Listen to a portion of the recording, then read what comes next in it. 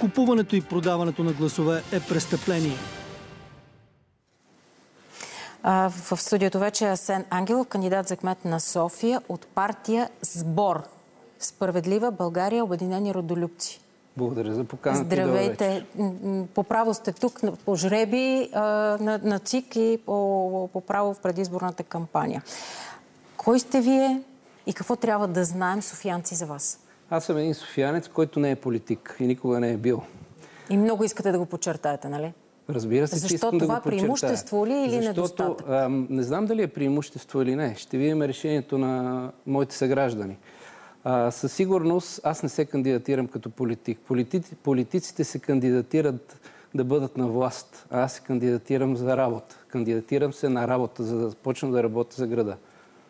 Кандидатирате се за работа и много държите да не сте политик. Толкова ли е лошо човек да е политик? Не ни ли трябва всъщност такъв човек? Какъв човек трябва, за да управлява София? Така ми е минал живота до момента. Не съм имал достатъчното доверие, имал съм много предложения, но не съм взел решението да се присъединя към партия. Работил съм в частния сектор и в администрацията и затова не е било нужно да бъда част от политическа партия. А защо смятате, че сте подготвен да управлявате столицата? В това, което правя, аз съм социален предприемач, съм доказал с времето, че мога да си върша работата като хората. Време почувствах по този начин, че трябва да помисля и за града си. Аз съм от тези хилядите, които никой не ги представлява, никой не им чува мнението. А когато се обърнеме, с лесно око може да види всеки един от нас и знаеме, разбира се, че тази работа не е свършена като хората. Кога ще започнем да работим за нашия град, за да се чувстват нашите семейства и ние по-добре? Мотото ви е за софиянци, а не за политици в кампанията, както така започнахте при една от първите си срещи. Сега пак дебело подчертавате, че не сте политик, но така или иначе, ако станете кмет, вие ще трябва да работите с представители на партии различни в Общинския съвет. До кого се чувствате близък? Има ли ляво-дясно управление? Има ли партия, на която бихте разчитал? Чувствам се близо до града си, там където живея. Вие къде живеете? Живея Кое ви е любимото място в София? Любимото място? Да. Любимото място са ми тези места, които са ми възпомените от детството. Любимите места са ми тези, които ходиме с съпругата ми, с малкото ми дете на една годинка, на разходка. Много любими места имам в София. Трудно са достъпни, но въпреки това обичам града си. Да, разбира се, ще трябва да работя с Общински съвет, ще трябва да работя в политическа среда, но аз не тръгвам сам. Зад мен има цяла листа от кандидати за общински съветници, които ще бъдат в Общинския съвет. И дори да ви се струва, че аз не съм част от тези партии, и няма да мога да работя с хората от тези партии, на тях също ще им се налага да работя с човек, който не е част от влиянието, което обикновено имат върху кметовете, не само на нашия град, може би и на други. Да погледнем в конкретика. Вие сте експерт в сферата на финансите. Над 2 милиарда бюджет. Много или малко е за една столица? Бедна ли е София? Когато си говорим за парите на София, трябва да знаем, че това е най-голямата тайна на София. Това не са парите на София. 2 милиарда и половина за поредна година ни казват, че е рекорден бюджет. Да. Това абсолютно нищо не говори. София има много, много повече пари. Те не се виждат. София притежава 66 фирми.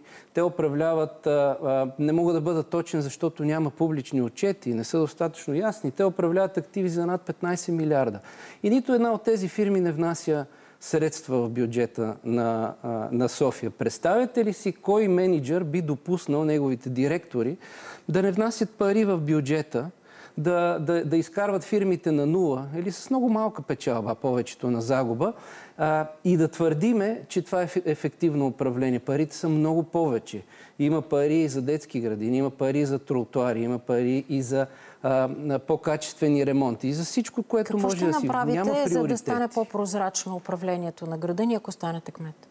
Ще го направя прозрачно и честно. Аз разбирам от финанси. Доктор съм по финанси. Трябва всички мои съграждани, всички софиянци да знаят как се харчат парите. Но ние обикновено си говориме за харчени и за разходи. Най-голямата тайна са приходите на София. Никой не знае с колко пари София разполага. Затова аз имам намерението да бъда открит и честен с софиянци и да направя бюджета така, че те да могат да го виждат как се разходва в реално време. Като казахте бюджет, веднага ще се хвана за тази дума. Видяхме колко трудно беше прият бюджета сега на София за 2023.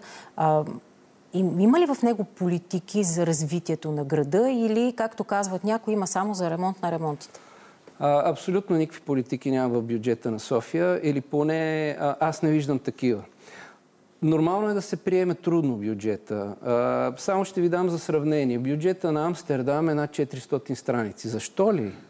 Защото са планирани дейности, защото е много открит, защото всеки може да провери и приходи и разходи. Какво ви липсва и какво първо ще... Визията. Добре, вашата визия за София каква е? Моята визия за София е София, която не пречи на гражданите си да живеят нормален живот. Какво означава това? Това значи, че от момента, в който човек излезе от апартамента си, който е хубав и чист, не трябва да гази в кал. В момента, в който аз отскоро съм баща и не мога да говоря по тази тема много подробно, нямам опита, но аз като излеза с количката с детето, трудно минавам през градската среда, а за жена ми е невъзможно.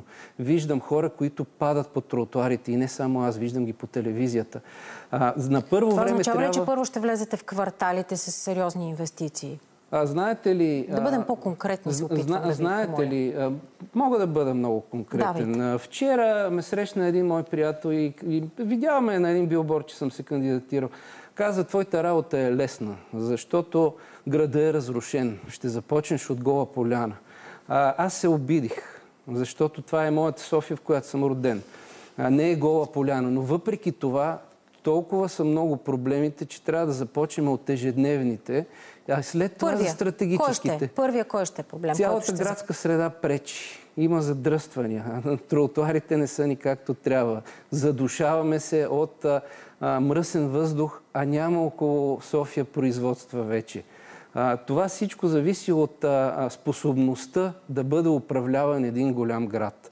Защото хората обикновенно мигрират към големите градове и към столиците. И това не е нищо ново. Новото е това, че тези, които го управляват, са неподготвени за тези процеси. Да, и затова на няколко пъти се опитвам да разбера първото нещо, с което ще се захванете, ако станете кмет, кое е? Първото нещо, което ще се захвана, е да си публикувам личните контакти на всички, които искат да се свържат с мен.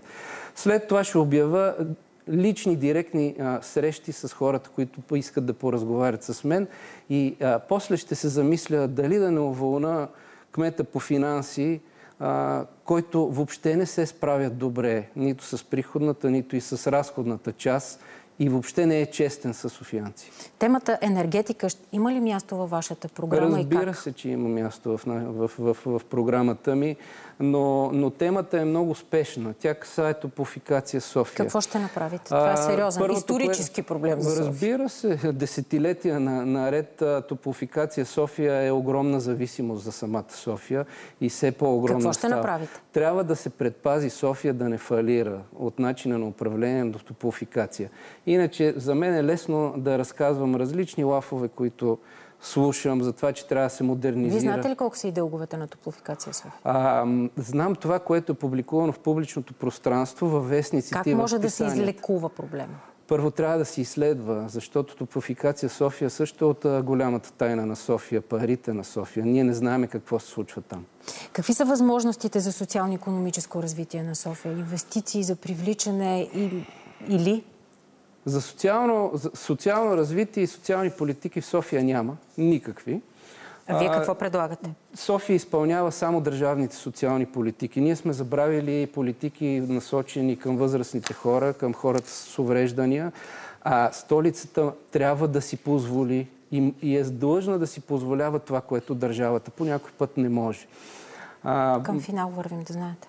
Относно икономическото развитие, инвестиционното развитие, трябва да се знае нещо много просто. Много често чуваме, че ще бъдат привлечени инвестиции. Не могат да бъдат привлечени инвестиции, защото в София има нулева безработица. Аз съм един от малкото експерти в държавата, който разбира от пазар на труда, и това не го казвам само аз. Трябва първо да се реши проблема с работната ръка, с работната сила. Защото инвеститорите няма да направят своите инвестиции, ако нямат насреща хора, на които да се подпрат. Много бърз отговор. Къде стоите в спора за историята и за паметниците, съдбата на паметник на Съветската армия? Чуват се дори призиви за преименуване на улици. Аз виждам агитки, виждам палатки, виждам хора, които крещат с микрофони и не смятам, че историята трябва да бъде истерия. Ще питам софиянци, ако те решат тази конструкция да остане, ще остане. Ако те решат да не остане, най-по-трудният въпрос е какво да има на нейно място. Едно изречение. Може да се обърнете към зрителите. Едно. Има време, кампанията е пред нас. Софиянци трябва да решат сами и не трябва да се поддават на внушения и на теми, които не могат сами да почувстват. Асен Ангелов, кандидат за кмет на София от партия Сбор. Благодаря ви. Благодаря.